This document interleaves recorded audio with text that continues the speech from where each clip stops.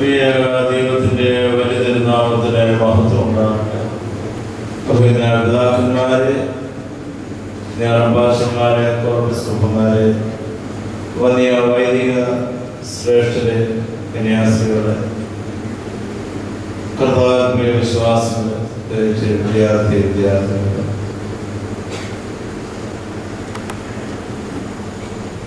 ഭാഗ്യസ്മരണാർത്ഥനായ പിന്നെ ആചാര്യന്മാർ സിനിമയുടെ 22ാം ഓർമ്മ പെരുന്നാളും സിനിമയുടെ 4ാം പെരുന്നാളും 4ാം വരികയാണ്. ഇത് സംയുക്തമായി കൊണ്ടാടുവാൻ തക്കവണ്ണം ഒരവസരം കൂടെ ദൈവനമ്പുരാൻ നമുക്ക് കൽപ്പിച്ച് തന്നിരിക്കുകയാണ്. ഇതിൽ സംബന്ധിക്കുന്നത് മൂലം നാം അനുഗ്രഹം പ്രാപിക്കുവാൻ പ്രത്യേകം ഇടയായിത്തീരും. നീതിമാന്മാരുടെ ഓർമ്മ വാഴ്വിനായി തീരട്ടെ എന്നാണ് എപ്പോഴും വായിക്കുകയും നോട്ടീസുകളിലൂടെ ഓർക്കുകയൊക്കെ ചെയ്യുന്നതാണ്. ഇതിൽ സംബന്ധിക്കുമ്പോൾ നമുക്ക് പ്രത്യേകമായ അനുഗ്രഹം ലഭിക്കും, യാതൊരു സംശയമില്ല. തന്നെയല്ല, ദൈവികമായ കാര്യങ്ങൾ നമുക്ക് പറഞ്ഞു തന്ന് ദൈവികമായ സുവിശേഷ മാർഗത്തിൽ നമ്മെ നിലനിർത്തുവാൻ സഹായിച്ച പിതാക്കന്മാരെയും നാം പ്രത്യേകമായിട്ട് ഓർക്കണമെന്ന് ഇബ്രാഹിം 13-7 ഓർമ്മിപ്പിക്കുന്നത്. വിശുദ്ധ കുർബാനയിൽ നാം എന്ന് ചൊല്ലാറുണ്ട്, ദൈവസുതർനാം ആയിടുവാൻ എന്നുള്ളത്. നിങ്ങളോട് ദൈവവചനം പ്രസംഗിച്ച് നിങ്ങളെ വഴി നടത്തിയവരെ ഓർത്തുകൊള്ളുകയും അവരുടെ ജീവാവസാനം ഓർത്ത് നിങ്ങളുടെ വിശ്വാസം അനുകരിപ്പി എന്നെല്ലാം നാം പ്രത്യേകമായിട്ട് ഓർക്കും. ഈ കാരണങ്ങളാലെല്ലാം പിതാക്കന്മാരുടെ ഓർമ്മ ഭക്തിപൂർവമായി നാം കൊണ്ടാടേണ്ടിയിരിക്കുന്നു. നമ്മുടെ അവസരം ലഭിച്ച ദൈവത്തെ സ്തുതിക്കുന്നു. ഇങ്ങനെയുള്ള അവസരങ്ങൾ ലഭിക്കുമ്പോൾ അതൊരിക്കലും നഷ്ടമാക്കി കളയരുത്. നന്മ ചെയ്യുവാൻ അവസരമുള്ളപ്പോൾ അത് ചെയ്യാതിരിക്കുന്നത് തിന്മയാണ്, പാപമാണ് എന്ന് യാക്കോബ് ശ്ലീഹ തന്റെ ലേഖനത്തിൽ നമ്മെ ഓർമ്മിപ്പിക്കുന്നുണ്ട്.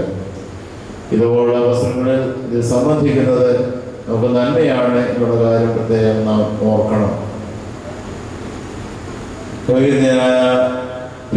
തിരുമേനി എനിക്ക് ഓർമ്മയാകുന്നത് എൻ്റെ ഇടവപ്പള്ളിയായ ബുധനൂർ പള്ളി ചെങ്ങന്നൂർ ഭദ്രാസനം വരുന്നതിന് മുൻപ് ഈ ഭദ്രാസനത്തിലായിരുന്നു.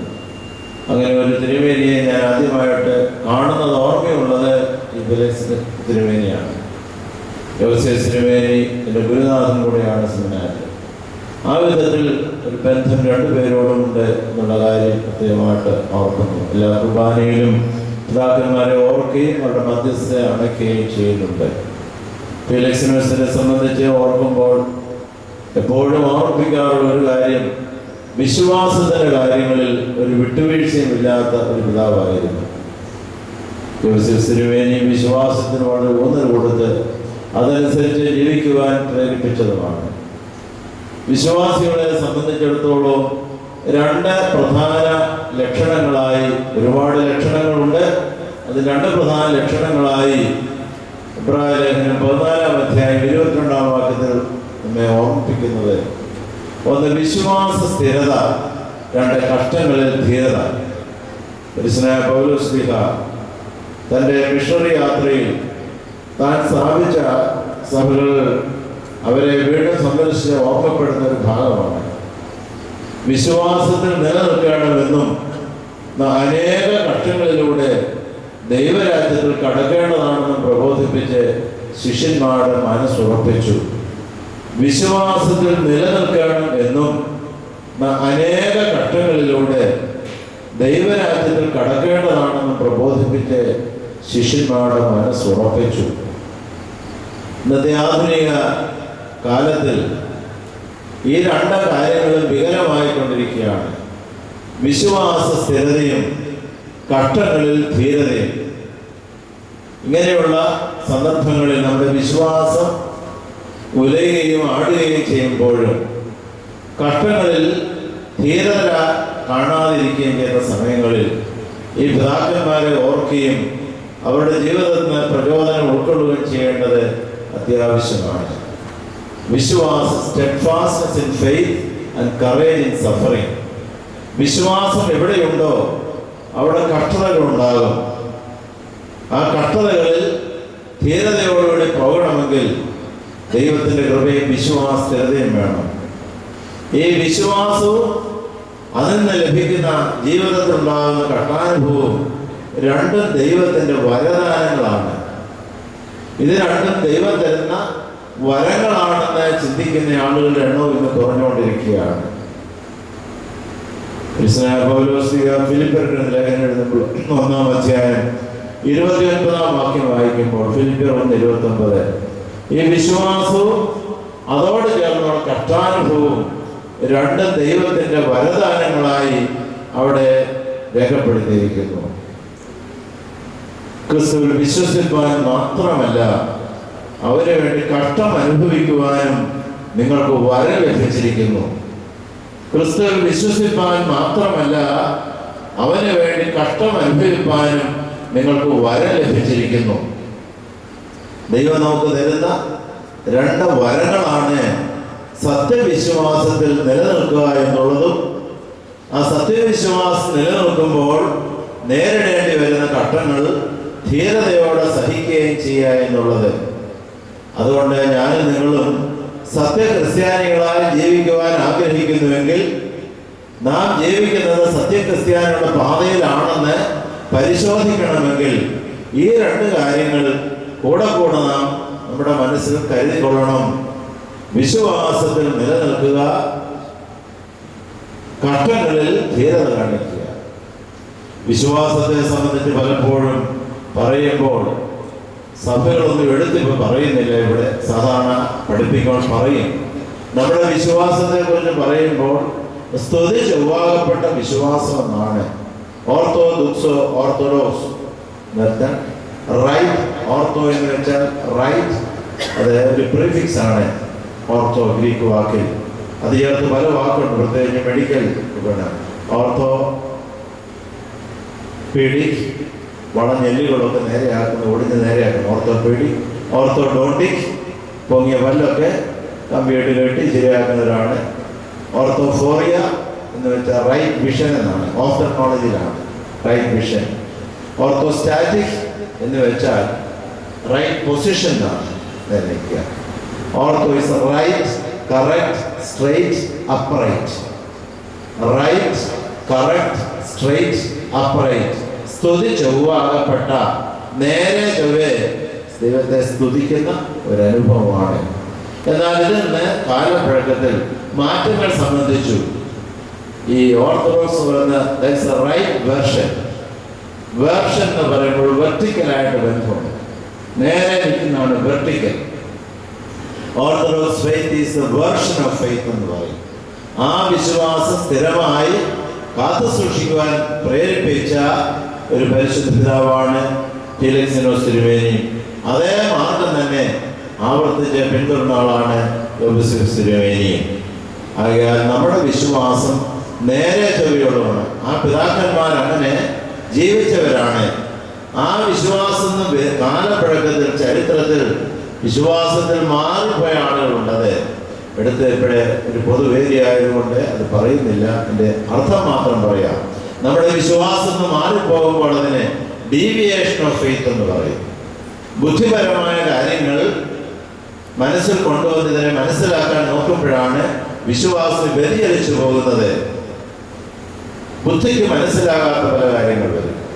ബുദ്ധിക്ക് അത് അങ്ങനെ വരുമ്പോൾ സങ്കീർത്തനക്കാരൻ പറയുന്നു, ഞാൻ ബുദ്ധിക്കെത്താത്ത വൻ കാര്യങ്ങളിൽ ഇടപെടുന്നില്ല, ഞാൻ എൻ്റെ പ്രാണനെ താലോലിച്ച് മിണ്ടാതാക്കിയിരിക്കുന്നു. ബുദ്ധി കൊണ്ട് മനസ്സിലാക്കാൻ ഒക്കാത്ത ഒരുപാട് കാര്യങ്ങൾ ദൈവികമായ സഭയിലുണ്ട്. അതിനെല്ലാം നമ്മൾ രഹസ്യമെന്നാണ് പറയാറുള്ളത്. ദിവ്യ രഹസ്യങ്ങൾ, മിസ്റ്ററി എന്നൊക്കെ പറയുന്നതാണ്. മിസ്റ്ററി എന്നുള്ള വാക്ക് തന്നെയാണ് കൂദാശയുടെ ഒരു വാക്ക്, രഹസ്യം. അത് വിശ്വാസത്തിൽ ഇടയിൽ ചേർന്ന് ദൈവത്തിന്റെ കൃപ ലഭിക്കുന്നവർക്ക് അത് മനസ്സിലാക്കാനൊക്കെ ബുദ്ധി കൊണ്ട് മനസ്സിലാക്കാനൊക്കത്തില്ല. അതുകൊണ്ടാണ് നമ്മുടെ ഒരു കുർബാനയുടെ ഒരു അംശം എടുത്തിട്ട് ഈ ലോകത്തുള്ള പ്രശസ്തി ആർജിച്ച ഏത് ലാബറട്ടറി ഗവേഷണ പരീക്ഷണ പരിശോധന ശാലയിൽ കൊണ്ട് കൊടുത്ത് ഇതെന്താണെന്ന് ചോദിച്ചാൽ അവരാരും പറയുകയില്ല ഇത് കർത്താവ് യേശു ക്രിസ്തുവിന്റെ ശരീരമാണെന്ന്. അവരെല്ലാം പറയും ഇതിന്റെ ആത്യന്തികമായ വിശകലനത്തിൽ ഇതിനകത്ത് ഗോതമ്പുണ്ട്, ഈസ്റ്റ് ഉണ്ട്, ഉപ്പുണ്ട്, വെള്ളമുണ്ട്, അത് ഒലിവ് ഓയിലുണ്ട്. ഇത്രയൊക്കെ പറയാൻ അവർക്ക് അങ്ങേയറ്റം സാധിക്കത്തുള്ളൂ. ഇത് കർത്താവേശുമിശിഹായുടെ തിരുശരീരമാണെന്ന് അവരാരും പറയുകയില്ല. അതിന് വിശ്വാസം ആവശ്യമാണ്, ദൈവിക പരിജ്ഞാനം ആവശ്യമാണ്. യഹോവ ഭക്തി ജ്ഞാനത്തിന്റെ ആ ഭക്തിയിൽ കൂടെ ഉളവാകുന്ന ദിവ്യജ്ഞാനം അത്യാവശ്യമാണ്. താൻ ബുദ്ധി കൊണ്ട് ഇതിനെ മനസ്സിലാക്കാൻ പരിശ്രമിച്ചപ്പോൾ ഈ നേരെ നിൽക്കുന്ന തൂണ് ചാഞ്ഞു പോകുന്നത് പോലെ സ്തുതിയോഗ്യപ്പെട്ട വിശ്വാസത്തിന് ചായ്വ് സംബന്ധിച്ചു. അങ്ങനെ ചില ആളുകൾ അവരുടെ ഫെയ്ത്ത് ഡീവിയേറ്റഡ് ആയിപ്പോയി. വെർട്ടിക്കലായിട്ടുള്ള വേർഷൻ ഓഫ് ഫെയ്ത്തിൽ നിന്ന് ഡീവിയേറ്റഡ് ആയി, ഡീവിയേഷൻ ഓഫ് ഫെയ്ത്ത്. വീണ്ടും അതിൽ നിന്ന് മാറി മാറി ഡൈവേർഷൻ ഓഫ് ഫെയ്ത്ത് ആയി. വീണ്ടും പുതിയ പുതിയ ഓരോ വ്യക്തികൾ തുടങ്ങുന്ന സഭാ പ്രസ്ഥാനങ്ങളുണ്ട്. സഭയെന്ന് പറയത്തില്ല, സമുദായം സഭയൊന്നേ ഉള്ളൂ. യേശുക്രിസ്തുവിന്റെ ശരീരം, കർത്താവിന് ഒരു ശരീരമേ ഉള്ളൂ. ആ ശരീരം ഒന്നായതുകൊണ്ട് സഭയും ഒന്നേ ഉള്ളൂ. ആ സഭയുടെ പ്രാദേശികമായ ശാഖകൾ വേണം. ഒരു ബാങ്കിന് പല ലോക്കൽ ബ്രാഞ്ചസ് ഉള്ളതുപോലെ അതിനല്ലാതെ പല സഭകളെന്ന് പറയുവാൻ സാധ്യമല്ല. അങ്ങനെ വരുമ്പോൾ ചിലത് പെർവേർട്ടഡ് ആയിപ്പോയി. Version of faith, deviation of faith, diversion of faith and perversion of faith. അതാണ് ഒരുപാട് ആളുകൾ സാധാരണ മലയാള ഭാഷയിൽ പറഞ്ഞു കൊടുക്കും. നല്ല വിശ്വാസം എന്ന ഒരാള് ഈ വ്യക്തികൾ തുടങ്ങുന്ന ഈ അധപ്പതിച്ച വിശ്വാസത്തിൽ പോയാൽ പെട്ടെന്ന് മനസ്സിലാക്കാൻ പറ്റുന്നത് നല്ലൊരു പട്ടി പേപ്പട്ടിയാകുന്ന അനുഭവമാണ്. രണ്ടും പട്ടികളാണ്. ഏത് പട്ടിയെയും പേപ്പട്ടിയാക്കാൻ എളുപ്പമാണ്, പക്ഷെ ഒരു പേപ്പട്ടിയും തിരിച്ച് പട്ടിയാകാത്തില്ല. ഏത് കറിയും വളിച്ചു പോകും, പക്ഷെ വളിച്ച കറി നല്ലതാക്കാൻ പറ്റില്ല. ഏത് പാലും പിരിഞ്ഞു പോകാം, പിരിഞ്ഞ പാലും നല്ലതാകത്തില്ല. ഏത് മുട്ടയും ചീഞ്ഞു പോകും, ചീഞ്ഞ മുട്ട നല്ലതാകാൻ പറ്റില്ല. അതുകൊണ്ട് നമ്മുടെ പിതാക്കന്മാർ വിശ്വാസത്തിന് ഊന്നൽ കൊടുത്തു. ഈ വിശ്വാസത്തിൽ നിന്ന് മാറിപ്പോയാൽ അത് തിരിച്ചു വരാൻ വളരെ പ്രയാസമാണ്. ഇബ്രായലേഖനം 6-ാം അധ്യായം 4-ാം വാക്യം പ്രത്യേകം മനസ്സിൽ വെച്ചുകൊള്ളണം. ഒരിക്കൽ പ്രകാശനം ലഭിക്കുകയും സ്വർഗീയദാനം ആസ്വദിക്കുകയും പരിശുദ്ധാത്മാവിനെ പ്രാപിക്കുകയും ദൈവത്തിന്റെ നല്ല വചനവും വരുവാന ലോകത്തിന്റെ ശക്തിയും ആസ്വദിച്ചവർ പിന്മാറിപ്പോയാൽ അവർ ദൈവപുത്രനെ വീണ്ടും ക്രൂശിക്കുന്നവരും അവൻ ലോകാപവാദം വരുത്തുന്നവരും ആകയാൽ പിന്നെ അവരെ മാനസാന്തരത്തിലേക്ക് കൊണ്ടുവരുവാൻ സാധിക്കുന്നതല്ല. It is impossible to bring them back to repentance. അനുതാപത്തിലേക്ക് വരുന്നില്ലെങ്കിൽ രക്ഷയുടെ അനുഭവം ഒരിക്കലും കിട്ടുകയില്ല. എന്തെല്ലാം പറഞ്ഞാലും എത്ര പേര് പുസ്തകം വായിച്ചാലും എന്തെല്ലാം ചെയ്താലും സത്യ അനുതാപത്തിലേക്ക് വരുന്നില്ലെങ്കിൽ രക്ഷപ്പെടുവാൻ സാധ്യമല്ല. അതുകൊണ്ടാണ് രഹസ്യ പ്രാർത്ഥന പിതാക്കന്മാരെ പഠിപ്പിച്ചിട്ടുള്ളത്. ദൈവമേ, മരണത്തിന് മുൻപേ സത്യ അനുതാപം ഞങ്ങൾക്ക് തരണമേ. മരണത്തിന് മുൻപേ സത്യ അനുതാപം ഞങ്ങൾക്ക് തരണമേ. ഈ സത്യ അനുതാപത്തിലേക്ക് ഒരിക്കലും പിന്മാറിപ്പോയാൽ തിരിച്ചു കൊണ്ടുവരുവാൻ സാധ്യമല്ല. ഒരിക്കൽ പ്രകാശനം ലഭിക്കുകയും വിശുദ്ധ മാമോദീസായുടെ വേദപുസ്തകപരമായ സാങ്കേതിക നാമമാണ് പ്രകാശത്തിലേക്ക് വരിക എന്ന് പറഞ്ഞത്. അത് ഒരു പ്രാവശ്യമേ ഉള്ളൂ. ഒരിക്കൽ ഇപ്പോഴും ചൊല്ലിയല്ലോ, പാപമോചനത്തിന് മാമോദീസ ഒന്ന് മാത്രമേ ഉള്ളൂ. പാപമോചനത്തിന് പല മാർഗങ്ങളുണ്ട്, കുമ്പസാരമുണ്ട്. അത് ശരിക്കും ആക്സെന്റ് കൊടുത്ത് പറഞ്ഞാൽ ഒരിക്കലും പറയേണ്ട കാര്യമില്ല. ഈ പുതിയ ആളുകളാണ് ഒരിക്കലൊക്കെ പറയുന്നത്. ആക്സെന്റ് കൊടുത്താൽ മതി. എപ്പോഴും ആക്സെന്റ് കൊടുക്കേണ്ടത് കൊടുക്കണം. സാഹിബിന്റെ അടുക്കൽ വന്ന് ആള് വന്നപ്പോ സാഹിബ് ചോദിച്ചു, എന്ത് കൊണ്ടുവന്നു? എന്താ സാഹിബ് എന്ന് ചോദിച്ച്, എന്തുകൊണ്ട് വന്നു എന്നാ ചോദിച്ചു. എന്താ എന്തുകൊണ്ട് വന്നു? മറ്റേ ചോദിച്ചു, ഒന്നും കൊണ്ടുവന്നില്ല. Why did you come? എന്ന് ചോദിച്ചേ, എന്തുകൊണ്ട് വന്നു? ഇയാൾ പറഞ്ഞു, ഒന്നും കൊണ്ടുവന്നില്ല. പാപമോചനത്തിന് മാമോദീസ ഒന്ന് മാത്രം. പിതാക്കന്മാർ എഴുതിയതാ, നമുക്കത് വ്യാഖ്യാനിക്കാൻ ഒരിക്കലേ ഉള്ളൂ. പാപമോചനത്തിന് പല കാര്യങ്ങളുണ്ട്. കുംഭസാരമുണ്ട്, കുർബാനാനുഭവമുണ്ട്, തൈലാഭിഷേകമുണ്ട്, ഒക്കെ ഉണ്ട്. പാപമോചനത്തിന് മാമോദീസ ഒന്ന് മാത്രം. പല മാർഗങ്ങളുണ്ട്. മാമോദീസ ഒന്ന് മാത്രം. ഒരിക്കൽ പ്രകാശനം ലഭിക്കുകയും സ്വർഗീയദാനം ആസ്വദിക്കുകയും. സ്വർഗീയദാനം എന്ന് പറഞ്ഞാൽ വിശുദ്ധ കുർബാനയാണ്. കർത്താവ് യേശു ക്രിസ്തു സ്വർഗത്തിൽ നിറങ്ങി വന്ന ജീവന്റെ അപ്പമാണ്, സ്വർഗത്തിൽ നിറങ്ങി വന്ന മന്നയാണ്. അതാണ് സ്വർഗീയദാനം. ക്രിസ്മസ് വരുന്നു, അതാണ് സ്വർഗീയദാനം ലഭിച്ച ദിവസമാണ് ക്രിസ്മസ് എന്ന് നമ്മൾ പറയുന്നത്. സ്വർഗീയദാനം ആസ്വദിക്കുകയും പരിശുദ്ധാത്മാവിനെ പ്രാപിക്കുകയും. പരിശുദ്ധ മൂർവൻ വഴിയായി പരിശുദ്ധാത്മാവിനെ പ്രാപിക്കുന്നു. വീണ്ടും ജനനം എന്ന് പറയുന്നത് വെള്ളത്തിൽ നിന്നും ആത്മാവിൽ നിന്നുള്ള ജനനമാണ്. അതുകൊണ്ടാണ് പരിശുദ്ധ മൂർവൻ മാമോദീസ തൊട്ടി പിടിക്കുന്നത്. വെള്ളത്തിൽ നിന്നും ആത്മാവിൽ നിന്നുള്ള ജനനം. അതുകൊണ്ട് കോളേജിലൊക്കെ പഠിക്കുമ്പോൾ വീണ്ടും ജനിച്ചാണെന്ന് ചോദിച്ചാൽ തറപ്പിച്ച് പറയാൻ സാധിക്കണം, യെസ് യെസ്. ഞാൻ 50,000 കുട്ടികൾ പഠിക്കുന്ന ഒരു സ്ഥലമാണ് മംഗലാപുരം. അതിൽ 1000 കുട്ടികൾ ഓർത്തഡോക്സുകൾ, 100 പേർക്ക് പോലും പള്ളിയിൽ വരാൻ സാധിക്കുന്നില്ല. വിശ്വാസത്തിൽ ഉറച്ച അനുഭവമാകത്തോട്ടാണ്.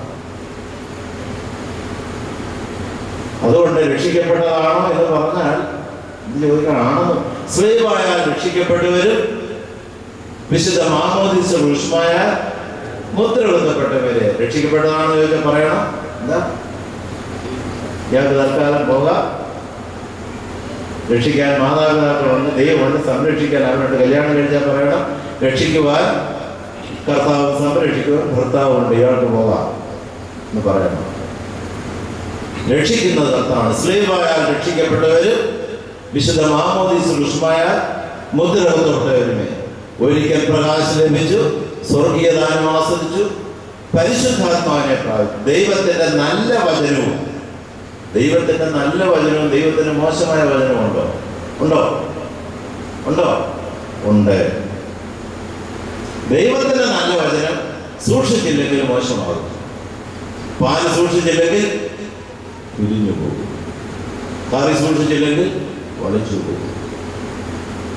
ദൈവത്തിന്റെ നല്ല വചനം സൂക്ഷിക്കണം. അത് കൈകാര്യം ചെയ്യുന്നവര് നല്ലവരായിരിക്കണം. അതുകൊണ്ടാണ് ചൊല്ലുന്നതും മിക്കവാറും ഇടക്കുർബാനയിൽ നഷ്ടപ്പെട്ടുകൊണ്ടിരിക്കും. നഷ്ടപ്പെടുത്താൻ അവകാശമില്ല. ഭൂവില ശേഷം ദൈവത്താൽ പ്രേരിതരായ ശ്രീഹൻ, ദൈവത്താൽ പ്രേരിതരായ ശ്രീഹന്മാരുമുണ്ട്. ശ്രീഹൻ എന്ന് വെച്ചാൽ അയക്കപ്പെട്ടവർ. സാത്താനാൽ പ്രേരിതരായവരുണ്ട്. അതുകൊണ്ട് ആരാണ് ചോദിക്കണം? പ്രിയമുള്ളവരെ, കള്ളപ്രവാചകന്മാർ പലരും ലോകത്തിലേക്ക് പുറപ്പെട്ടിരിക്കാൻ ഏതാത്മാവിനെ വിശ്വസിക്കാതെ ആത്മാക്കൾ ദൈവത്തിൽ നിന്നുള്ളവെന്ന് ശോധന ചെയ്തുകൊള്ളണം. യോഹന്നാൻ 4:1 ദൈവത്താൽ പ്രേരിതരായ ശ്രീയന്മാർ പോയി ജാതികളിടയിൽ ഭൂതല സീമയതോളോ നല്ല ഏവൻഗേലിയോ. നല്ല ഏവൻഗേലിയോൻ അല്ലാത്തവനാണ് ഹെറസി എന്ന് പറയുന്നത്. എന്താ? ഇന്ന് വേദവിപരീതം തിരിച്ചറിയാൻ കഴിയാത്ത ആളുകളുടെ എണ്ണം കൂടിക്കൊണ്ടിരിക്കുകയാണ്. ആണ് കുരുടന്മാരെന്ന് കർത്താവ് പറയും. കുരുടനെ വഴി നടത്തിയാൽ രണ്ടുപേരും. ആ കുരുടന്മാരാകാതിരിക്കാനാണ് ഈ പിതാക്കന്മാർ വിശ്വാസത്തെ ഉറപ്പിച്ചുകൊണ്ടിരുന്നത്. അവിടെ ഒരു കോംപ്രമൈസും ഇല്ല. Where there is conviction, there is no compromise. ഞാൻ സാധാരണ പറയുന്നൊരു വാചകമുണ്ട്, conviction avoids convenience, compromise, confusion, conflict, contradiction, controversy, confrontation, competition, comparison. Conviction ഉണ്ടെങ്കിൽ പിന്നെ കോംപ്രമൈസ് ഒന്നുമില്ല. അതുകൊണ്ടാണ് റിലേഷൻഷിപ്പിനൊക്കെ വിശ്വാസത്തിൽ ഒരു വിട്ടുവീഴ്ച ചെയ്തിരുന്നില്ല, ചെയ്യാനൊക്കെയുമില്ല. കൺവിക്ഷൻ നമുക്കുണ്ടാകണം. ഇവിടെ കൺവീനിയൻസ് ഒന്നുമില്ല. ഇപ്പോൾ നീ ആണോ പെണ്ണോ? പക്ഷെ കുനിഞ്ഞിരിക്കും. ഉത്തരം പറയണം. സംശയമുണ്ട്, പറയുന്നത് ആണോ പെണ്ണോ? സംശയമുണ്ട്. അതുകൊണ്ടാണ് ബൈബിളിൽ പറയുന്നത് സ്ത്രീകൾ പുരുഷന്റെ വേഷം വിട്ടുകൂടാതെ.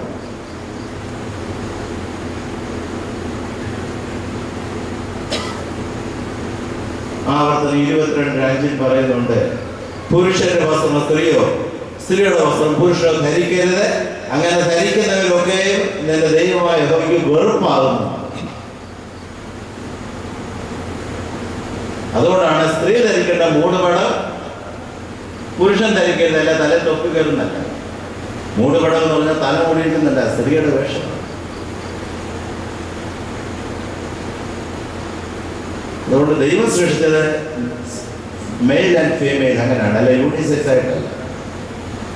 എൻ്റെ വസ്ത്രമൊക്കെ ധരിക്കുമ്പോൾ സൂക്ഷിക്കണം. അതുകൊണ്ടാണ് ഇവിടെ ഒരു സ്ത്രീ പറഞ്ഞു 100 അടി കൊണ്ട് അവസാനം 1 കൊടുത്തെന്ന് പറഞ്ഞു. ജീൻസും പാൻസും വീട്ടാണ് നിന്ന് അടിക്കുന്നതിന് ഒരു പ്രയാസവുമില്ല. വേഷമൊക്കെ വളരെ സൂക്ഷിച്ചോണം. കൺവിക്ഷൻ ഉണ്ടായിരിക്കണം, വിശ്വാസസ്ഥിരത. ഒരിക്കൽ പ്രകാശം ലഭിച്ചു, സ്വർഗദാനം ആസ്വദിച്ചു, പരിശുദ്ധാത്മാവിനെ പ്രാപിച്ചു. ദൈവത്തിന്റെ നല്ല വചനം, ദൈവത്താൽ പ്രേരിതരായ ശ്രീഹന്മാർ പോയി ജാതികളുടെ ഭൂതല സിനിമയതോടോ നല്ല എവങ്കേലിയോ. എങ്ങനെയാണ് ദൈവത്തിന്റെ വചനം ചീഞ്ഞു പോകുന്നത്? അത് കൈകാര്യം ചെയ്യേണ്ടതുപോലെ ചെയ്തില്ലെങ്കിൽ, സൂക്ഷിച്ചില്ലെങ്കിൽ ചീഞ്ഞു പോകും. ദൈവത്തിന്റെ വചനം ദൈവത്താൽ പ്രേരിതരല്ലാത്ത മറ്റൊരാൾ കൈകാര്യം ചെയ്യുമ്പോൾ ആ വചനം ചീഞ്ഞ വചനമായി മാറും. നോയമ്പെല്ലാം കഴിയുമ്പോഴേ നിങ്ങൾ ഭക്ഷണം കഴിയാലും കല്യാണത്തിന് പോയി അവിടെ ഇറച്ചി കൊടുക്കുന്നു, ഫ്രൈഡ് റൈസ് ആൻഡ് ചിക്കൻ. നോയമ്പ് കഴിഞ്ഞിട്ട് ഓപ്പൺ എയർ സദ്യയാണ്, കഴിച്ചുകൊണ്ടിരിക്കുന്നു. വർത്താനം പറഞ്ഞ കൂട്ടത്തിൽ അങ്ങോട്ട് നോക്കിയപ്പോൾ ഈ ഇറച്ചി കഷ്ണം പട്ടി എടുത്തോണ്ട് പോയി. നിങ്ങൾ കടിച്ചു തിന്നുകൊണ്ടിരുന്ന നല്ല ഇറച്ചി, ചിക്കൻ ഫ്രൈ, ഇപ്പോഴാളുടെ വായിലിരിക്കുന്നു. നിങ്ങളുടെ വായിലിരുന്ന ഇറച്ചി ഇപ്പോൾ ആളുടെ വായിലിരിക്കുന്നു, പട്ടിയുടെ വായിലിരിക്കുന്നു. നോക്കിയപ്പോൾ ആ പട്ടിയുടെ വാല് തളർന്നു കിടക്കുന്നു. ഇതിൻ്റെ അർത്ഥം എന്താ? അത് പേപ്പട്ടിയാണ്. നിങ്ങൾ കഴിച്ചുകൊണ്ടിരുന്ന ഇറച്ചി കഷ്ണം ഒരു പേപ്പട്ടിയുടെ വായിൽ പോയി, അതിന് നിങ്ങളെടുത്ത് കഴിച്ചാൽ എങ്ങനെ ഇരിക്കും? ഇങ്ങനെ ഇരിക്കും. ഇരിക്കുന്നവരുടെ ഓർത്തഡോക്സുകാരെ മാത്രം നിൽക്കില്ല. അപ്പം ദൈവത്താൽ പ്രേരിതരായ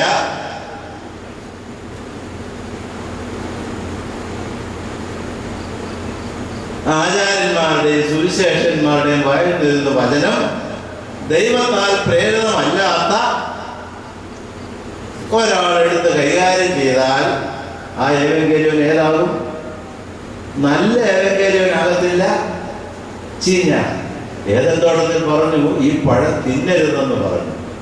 അപ്പോൾ ഒരാൾ വന്ന് പറഞ്ഞു, സൂത്രശാല വന്ന് പറഞ്ഞു, തിന്നാനൊരു കുഴപ്പവുമില്ല. ദൈവം എന്ന് പറഞ്ഞ് തിന്നുന്ന നാളെ നീ മരിക്കും. ദൈവത്തിന്റെ വചനം സൂക്ഷിക്കേണ്ടതുപോലെ സൂക്ഷിക്കാതെ തെറ്റായിട്ട് ഉപയോഗിച്ചാൽ അത് മരണത്തിന് കാരണമായി തീരും. ഫിസിക്കൽ ഡെത്തല്ല, ആത്മീയ മരണം. ഈ ആത്മീയ മരണം സംഭവിക്കാതിരിക്കണമെങ്കിൽ സത്യവിശ്വാസത്തിൽ നിലനിൽക്കണം. ദൈവത്താൽ പ്രേരിതരായ ശ്രീഹന്മാർ പറഞ്ഞു തന്ന നല്ല ഏവങ്കേലിയോൻ അത് അവസാനം വരെ മുറുകെ പിടിച്ചു നിൽക്കണം. അതാണ് വിശ്വാസത്തിൽ നിലനിൽക്കണമെന്നും അനേക ഘട്ടങ്ങളിലൂടെ ദൈവരാജ്യത്തിൽ പ്രവേശിക്കണമെന്നും പറഞ്ഞ് ശിഷ്യന്മാരുടെ മനസ്സുറപ്പിച്ചത്. അതുകൊണ്ടാണ് വിശ്വാസത്തിന്റെ കസ്റ്റോഡിയൻ എന്ന് പറയുന്നത് സഭയിലെ മേൽപ്പട്ടക്കാരും അവരെ നിയോഗിക്കുന്ന പട്ടക്കാരും എന്നൊക്കെ പറയുന്നതിന്റെ കാര്യം. വിശ്വാസത്തിന്റെ വിഷയങ്ങളൊന്നും പൊതുവേദിയിലോ മാനേജ്മെന്റിലോ സംസാരിക്കാറില്ല. അതുകൊണ്ടാണ് പിതാക്കന്മാരുടെ സമൂഹത്തിൽ എപ്പിസ്കോപ്പൽ സെനറ്റിൽ അത് വെച്ചിരിക്കുന്നത്. ഫെയ്ത്തിന്റെ കസ്റ്റോഡിയൻ ആയിരിക്കണം. അപ്പോൾ നമ്മുടെ കയ്യിലുള്ള വിശ്വാസം സത്യവിശ്വാസമാണോ, സ്തുതി ചൊവ്വാകപ്പെട്ടതാണോ, ദൈവത്താൽ പ്രേരിതരായത് പഠിപ്പിക്കുന്നവരാണോ എന്നൊക്കെ പരിശോധിക്കണം. ആ കാര്യങ്ങൾ ഉറപ്പിച്ച് നിർത്തിയവരാണ് ഈ രണ്ട് പിതാക്കന്മാരും, പ്രത്യേകിച്ച് ഫീലിക്സിനോസ് തിരുമേനി. അത്രയും അദ്ദേഹം പറഞ്ഞ കാര്യങ്ങൾ പലതും ശ്രദ്ധിച്ചിരുന്നെങ്കിൽ ഒരു പക്ഷേങ്കിൽ ഇന്നത്തെ സഭയുടെ ഗതി ഇതിൽ നിന്നൊരു വ്യത്യസ്തമായി വന്നേനേമായിരുന്നു. നമ്മുടെ വിശ്വാസം നമ്മൾ കാത്തു സൂക്ഷിക്കണം. വിശ്വാസം ദൈവത്തിന്റെ ദാനമാണ്. ദൈവത്തിന്റെ ദാനമായ വിശ്വാസം നമുക്ക് ലഭിക്കുമ്പോൾ അതിന്റെ കൂടെയുള്ളൊരു കൂടപ്പിറപ്പിയാണ് കഷ്ടത, രക്ഷ. അതുകൊണ്ടാണ് നമ്മുടെ കർത്താവ് നമുക്ക് രക്ഷ തന്നെങ്ങനാണ് തന്റെ തിരുമേനിയുടെ വിലയേറിയ കഷ്ടാനുഭവത്താൽ ലോകത്തെ വീണ്ടെടുത്ത് രക്ഷിച്ചുവെന്ന ഓശാന സന്ധിക്ക് കഷ്ടാനുവാഴ്ചയുടെ തുടക്കത്തിൽ ഇവിടെ പള്ളിയിൽ വന്നാൽ ഒരു പ്രമേയം കേൾക്കാം. പരിശുദ്ധവും രക്ഷാകരമായ കഷ്ടാനുഭവമേ സമാധാനത്താലേ വരിക. പരിശുദ്ധവും രക്ഷാകരമായ കഷ്ടാനുഭവമേ സമാധാനത്താലേ വരിക. ഈ പരിശുദ്ധമായ ഈ കഷ്ടാനുഭവം നമ്മെ ശുദ്ധീകരിക്കുന്നതും നമ്മെ രക്ഷിക്കുന്നതുമാണ്. സത്യവിശ്വാസം നിലനിൽക്കുമ്പോൾ ഈ കഷ്ടതയുടെ അനുഭവം നമുക്കുണ്ടാകും. ഇത് രണ്ടും കൂടെ ചേർത്ത് വെച്ചുകൊള്ളണം. ഇതോളം പെരുന്നാൾ സംബന്ധിക്കുമ്പോൾ, ഓർപ്പിനാൾ സംബന്ധിക്കുമ്പോൾ ഈ പിതാക്കന്മാരെ സഞ്ചരിച്ച ഇടുങ്ങിയ പാതയാണ് കഷ്ടാതകളെന്ന് പറഞ്ഞ് അതിൽ സംബന്ധിക്കുവാനുള്ള പ്രേരണയാണ് നമുക്ക് ലഭിക്കേണ്ടത്. അതുകൊണ്ടാണ് പെരുന്നാളിലും കബറിടത്തിലൊക്കെ പോകുമ്പോൾ നാം പ്രാർത്ഥിക്കുന്നത്, കർത്താവേ നിൻ സുവിശേഷത്തെ പാരമിടുങ്ങിയ പാതകളിൽ സിദ്ധന്മാരുടെ കാൽപ്പാടിൽ തെറ്റാതെന്നെ നയിക്കണമേ. ഈ പാട്ടൊന്ന് പഠിച്ച് പ്രാർത്ഥിച്ചുകൊണ്ട് എന്റെ വാക്കുകൾ എടുക്കുക. കർത്താവേ നിൻ സുവിശേഷത്തിൽ ഭാരമിടുങ്ങിയ പാതകളിൽ സിദ്ധന്മാരുടെ കാൽപ്പാടിൽ തെറ്റാതെ നയിക്കണമേ. അത്ഭുതം ചെയ്യുന്നതല്ല സിദ്ധി. സിദ്ധി എന്ന് പറയുന്നത് സത്യത്തിന് വേണ്ടി, സത്യവിശ്വാസത്തിന് വേണ്ടി, നീതിക്ക് വേണ്ടി, നന്മയ്ക്ക് വേണ്ടി, ദൈവത്തിന് വേണ്ടി, ദൈവരാജ്യത്തിന് വേണ്ടിയും സന്തോഷത്തോടെ കഷ്ടം സഹിക്കുന്നവരാണ് സിദ്ധന്മാര്. റോമാനിൽ വായിക്കുന്നുണ്ട്, കഷ്ടത സഹിഷ്ണുതയെയും, സഹിഷ്ണുത സിദ്ധതയെയും, സിദ്ധത പ്രത്യാശയെയും ഉളവാക്കുന്നത് കൊണ്ട് കഷ്ടങ്ങളെ ഞാൻ പ്രശംസിക്കുന്നു. ദൈവത്തിന്റെ രാജ്യം അതിലേക്ക് പോകണമെങ്കിൽ ഇടുങ്ങിയത് രണ്ട് വഴിയുണ്ട്. ഒന്ന് വിശാലമാണ്, ഒന്ന് ഇടുങ്ങിയതാണ്. ജീവകരം മൃദുകരം എന്നേവം കണ്ടൊരു സരണികൾ. ദൈവത്തിൻ രാജ്യത്തിൻ വാതിൽ ചെറിയതുമാണ്, അതാണ് ഇടുങ്ങിയ. അതിൽ പോയവരാണ് പരിശുദ്ധന്മാര്, സിദ്ധന്മാര്. അങ്ങനെയുള്ള രണ്ട് സിദ്ധന്മാരുടെ ഓർമ്മ പെരുന്നാൾ സംബന്ധിക്കുന്ന നമ്മൾക്ക് പ്രചോദനം ലഭിക്കണം ആ പാതം കൊണ്ടുപോകുവാൻ. കർത്താവേ സുവിശേഷത്തിൻ പാരമിടുങ്ങിയ പാതകളിൽ സിദ്ധന്മാരുടെ കാൽപ്പാടിൽ തെറ്റാതെ നയിക്കണമേ. ആ പ്രാർത്ഥനയോടുകൂടി ഈ പെരുന്നാൾ സംബന്ധിച്ച് ആ പാത പിന്തുടരുവാൻ സാധിക്കുന്നെങ്കിൽ അവർക്ക് ലഭിക്കുന്ന അതേ അനുഗ്രഹം നമുക്ക് ലഭിക്കും. ഒരു നീതിമാനെന്ന് വെച്ച് കൈക്കൊള്ളുന്നവന് നീതിമാന്റെ പ്രതിഫലം ലഭിക്കും. പ്രവാചകൻ എന്ന് വെച്ച് പ്രവാചകനെ കൈക്കൊള്ളുന്നവന് പ്രവാചകന്റെ പ്രതിഫലം ലഭിക്കും. ശിഷ്യൻ എന്ന് വെച്ച് ഈ ചെറിയ വലിയൊരാൾക്ക് ഒരു പാത്രം പച്ചവെള്ളം കൊടുത്താൽ അതിന് പോലും ഫലം കിട്ടും എങ്കിൽ ഈ സിദ്ധന്മാരുടെ ഓർമ്മ പെരുന്നാൾ ഭക്തിയോടെ സംബന്ധിക്കുമ്പോൾ അവർക്ക് ലഭിക്കുന്ന അതേ അനുഗ്രഹം നമുക്ക് ലഭിക്കും. അതുകൊണ്ട് ആ പ്രാർത്ഥനയോടുകൂടി നമ്മുടെ എന്റെ യുവാക്കളെ ചുരുക്കിയാണ് നിങ്ങൾ കൂടെ ചെല്ലാം. കർത്താവേ നിൻ പാരമിടുങ്ങിയ പാതകളിൽ സിദ്ധന്മാർ ചൊല്ലേ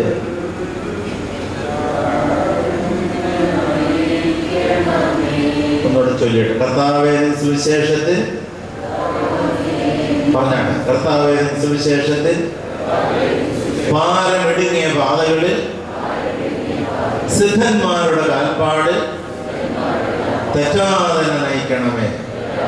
ഉറക്കെ ചൊല്ലിയിട്ട് കർത്താവേ നിൻ സുവിശേഷത്തിൽ